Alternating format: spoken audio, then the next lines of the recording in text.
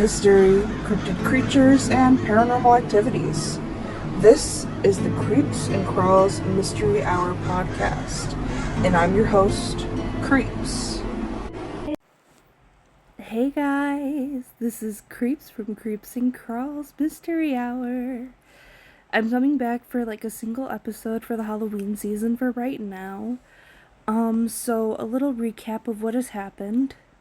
My Google Docs decided to delete all 163 episodes that I had lined up in the middle of summer. I was going to take a hiatus just to write those, but at one point it just wiped all of my history, including my Three Wishes the musical. So I have none of my documents now, and that's like not the best. Excuse me while I lay in my bed because I don't really have a studio. I just kind of record here. Just so you know. I'm also not the best at staying comfortable, so I might move around a little bit. So today's episode, we're going to be talking about Ed Gein. Ed freaking Gein. I don't even have a script for this one, so I'm kind of going to spitball it a little bit. But just a heads up, most of the facts that I got are found online, and I have watched a couple videos on him, as well as growing up around, like, crime documentaries and stuff. I learned a lot about him growing up, because my mom was obsessed with, like, say, certain crime documentaries, the X-Files, and all these type of people would talk about him. And recently, I watched Call Me Chris's video on him as well, and that was kind of an inspiration to get the gear going again on Creeps and Crawls. And I figured I'd take this time to actually sit here and talk to you guys. So, here we go. So, Edward Theodore Gein, born August 27th, 1906, also known as the Plainfield Butcher, may have also been a serial killer or a body snatcher. You may know him by different monikers. But he's not really a serial killer, at least not in the sense that people would call him that. So he only admitted to killing 2 people, one of those being a shop owner named Bernice Warden, and then a tavern owner. I can't remember her name right now, but when we get into the specifics, I'll probably remember. That's terrible. So, he was born to Augusta and George Gein, and he had an older brother named Henry. As I said, he was born in 1906. I believe his older brother Henry was like 6 or 7 years older. He was the closest person that Ed had, minus his mother. And he is known for snatching bodies from graveyards. Especially bodies that looked like his deceased mother, because he wanted to make a skin suit to look like his mother. So, word of warning, this episode is going to be a little bit more descriptive than my previous ones. As I said before, I tried to keep them a little bit more family friendly and a little bit more on the light side, I would say, for your viewing pleasure, but this one is going to get a little dark. So keep that in mind as I get going. Her name was Mary Hogan, the lady from before. Her name was Mary Hogan, the tavern owner. So, a little bit about Ed Gein's, earlier life. His mother, Augusta, was, a staunch Lutheran woman. She believed all other women to be bad other than herself. Her husband was an avid drinker, and she preached that alcohol was the sin, the devil, women were the sin, the devil. And she would preach about, revelations and, just the Old Testament in general. She was kind of a harsh, staunch believer in her religious aspects, and she indoctrined these beliefs into her sons From the very minute they were born and the very minute they could, like, understand it, she was already in their heads, already on them. Their father was much less in their lives. He was a more distant figure who would consistently drink and beat upon them, due to some outward texts. Others say they have no clue, he just was not involved at all. But that's like a whole different thing, and neither one has been technically proven because it was like the 1900s, like early 1902, 1906, 1907 to like Lord knows when. But that being said, Ed Gein saw his mother as the world, and he only got outside of the house to go to school and to do his job for the day.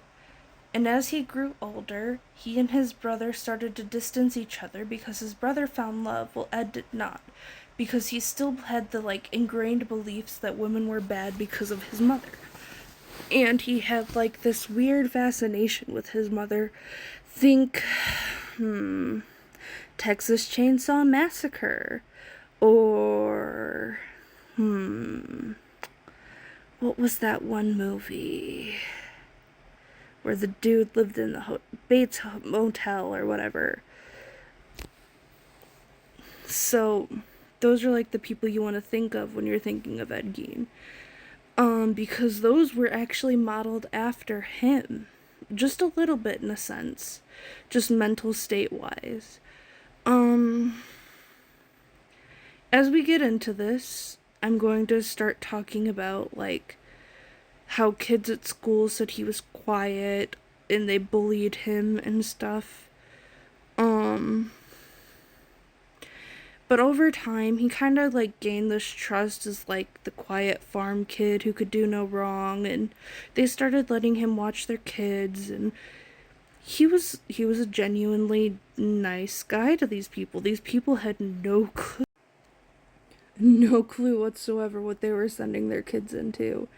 And it's hard to like think of a friend as possibly a murderer, but I'm pretty sure these people were, and how do I put it?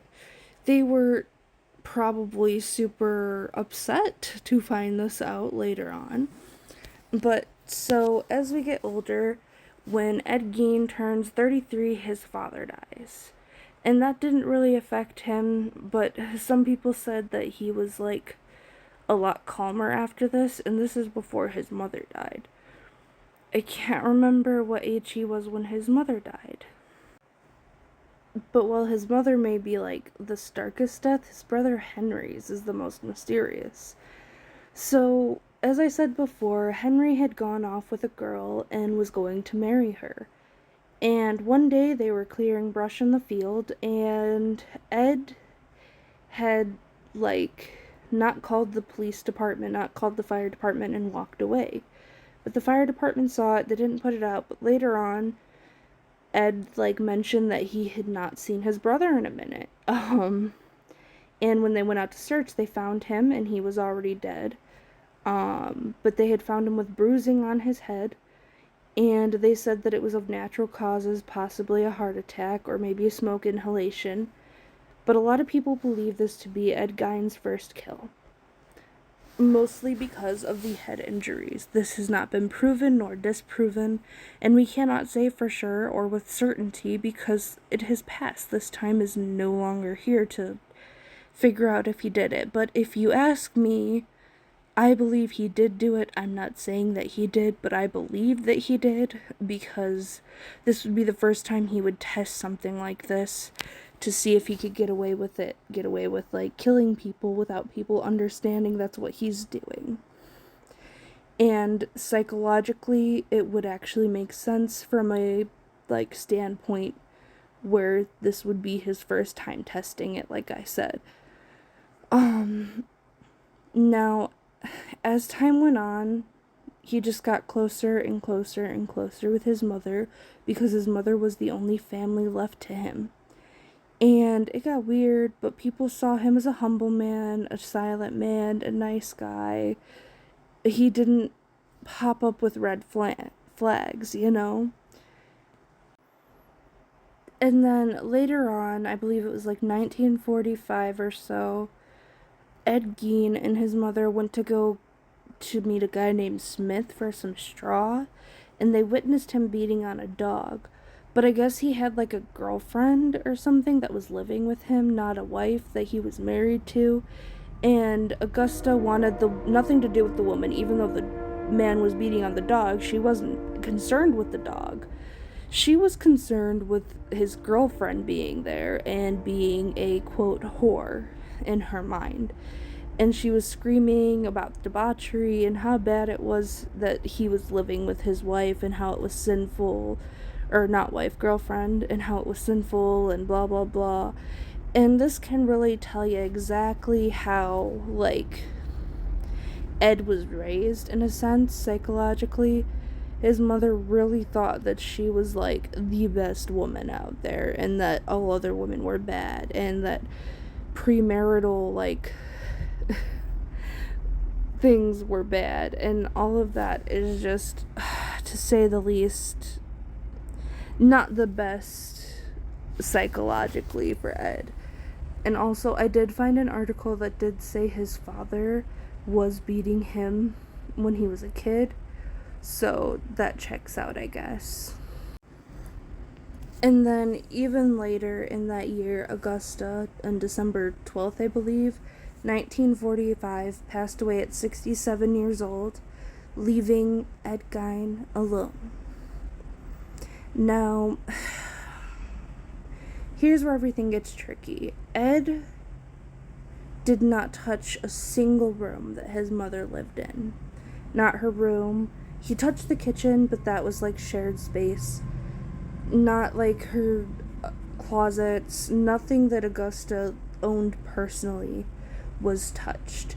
But the rest of the house was trashed, which can tell you a little bit about his mental state at the time. He did not want to touch the better parts of what he thought were the best parts of his life, his mother's room. And he didn't think he could care for himself after her death.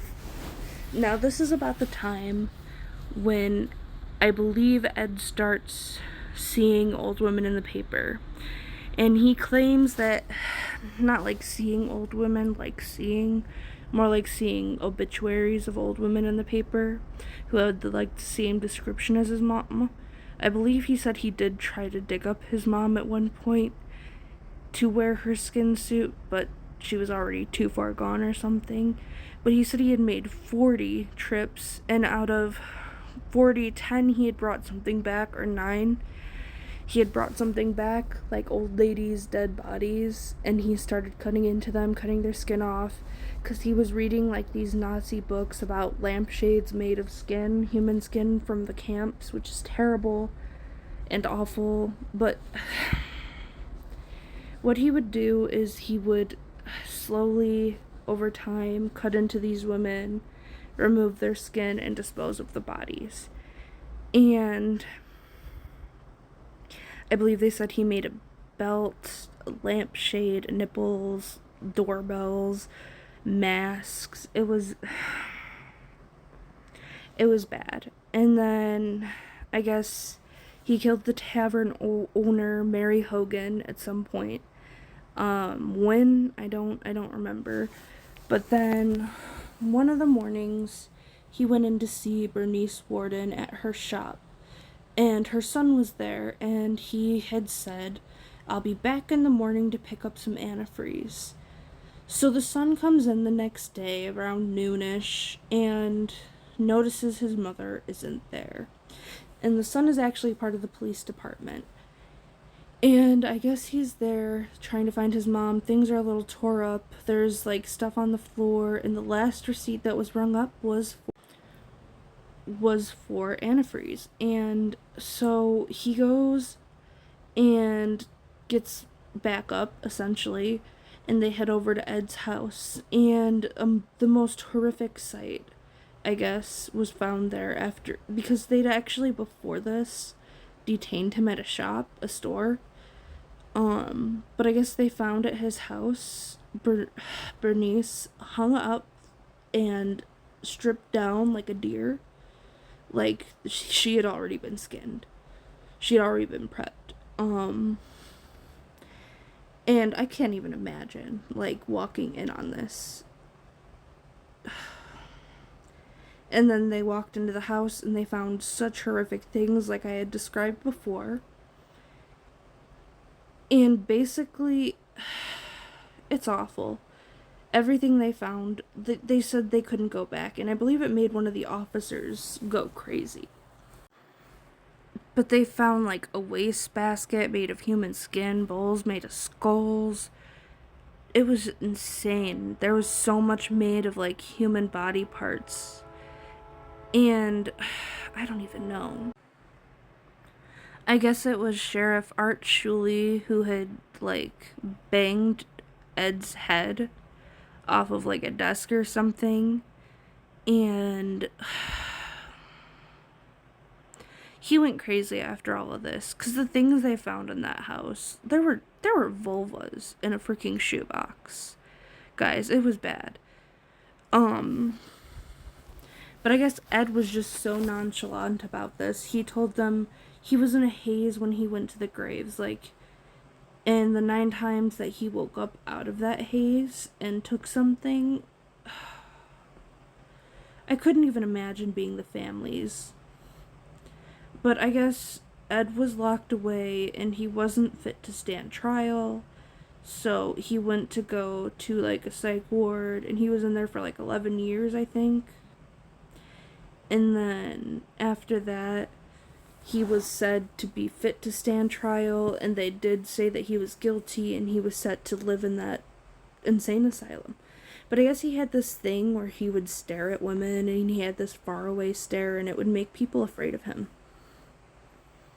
Like, really afraid of him. But he was said to be good. Like, he was still the quiet gentleman that people described him as in the institution, and it's believed that it's because of the rigidness of that institution that's why he was okay, I suppose, because that's how his mother was, and growing up with his mother was rigid like that, so learning to be rigid in a different institution, sorry, I had a little moment there, was his thing, and he was better for it for some reason. But after being said to have been able to stand fit for trial, he admitted to killing Warden, but that it was an accident and that he was inspecting a gun and it had went off and shot her, which is highly unlikely because the gun would not have been loaded, not if it was on display or for sale, and also because, yeah, Warden looked like his mother, and a psychiatrist had already claimed that he was only harming or digging up women who resembled his mother for that human skin suit, and they had, I don't know, it's insane that it got to this level. Like, why weren't they inspecting missing bodies? Was there no one on site for the cemeteries? Did he fill the holes back in? I don't know. Now, while Gein was incarcerated in this mental asylum, his property went up for sale for like 45 grand, I believe, and there were talks of making it like a site for like people to come visit, people who wanted to buy it, but eerily enough, it went up in flames. And it said that the townsfolk did not want anyone to buy his property. They did not want anything to happen because they didn't want it to be a tourist attraction because of the terrible things that had happened and had been seen there. And so for it to go up in flames, nobody cared. It was gone. It wasn't a problem anymore. And it was probably done deliberately, honestly. But it said that a cleaning crew had set up a garbage pile 75 meters away, and that's what caught the house on fire. But I think that's highly unlikely, just due to the length in which that is, for one. But for two, they wouldn't have set that fire if they weren't trying to light the house on fire, to not make it, like, public, you know? I wouldn't want the horror house to be public either. Not of the Plainfield Massacre, nothing. Because, like, why would you want that? Why would you want your deceased loved ones where they were on display? I mean, I get it. There's a morbid gothic fascination with that. There always has been. Especially right after the 1800s when people were trying to actually speak with spirits and all the paranormal stuff going on. But there's boundaries. And that was a big one for this city. But also, it said that Frank Warden, the son of Bernice Warden, another one of her sons, was the fire chief at the time, so it would have been of little concern to him. Just saying. And let me amend my earlier statement. I said 75 meters. It was 23 meters, 75 feet. So how did the house catch on fire, guys? In 1984, Ed Gein died at Mendota Mental Health Facility. And that was the end of the Plainfield Butcher, the Plainfield Murderer, whatever you want to call him. And that was the end of Ed Gein. But even to this day, people have idolized him. He has, become a matter of, people's weird obsession. To the point where people will literally look online for stories about him, tell people about them. He's in every, big horror media. He's an inspiration to stuff like that. And it's kind of sickening to think that a serial murderer is something that gets people off, but there are forums for that too.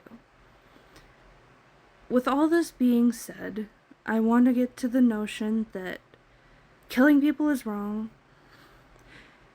Teaching your children horrible things and racist means and that certain things are sinful, well, yes, it's okay to do. It's not morally right.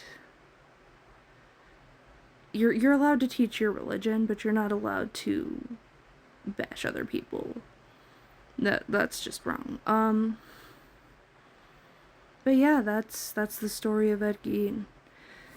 Now, with that being said, that's the not final episode of Creeps and Crawls, but the final one for now until I can get back on my feet and actually start recording again. I hope you guys enjoyed, and stay creepy, my friends.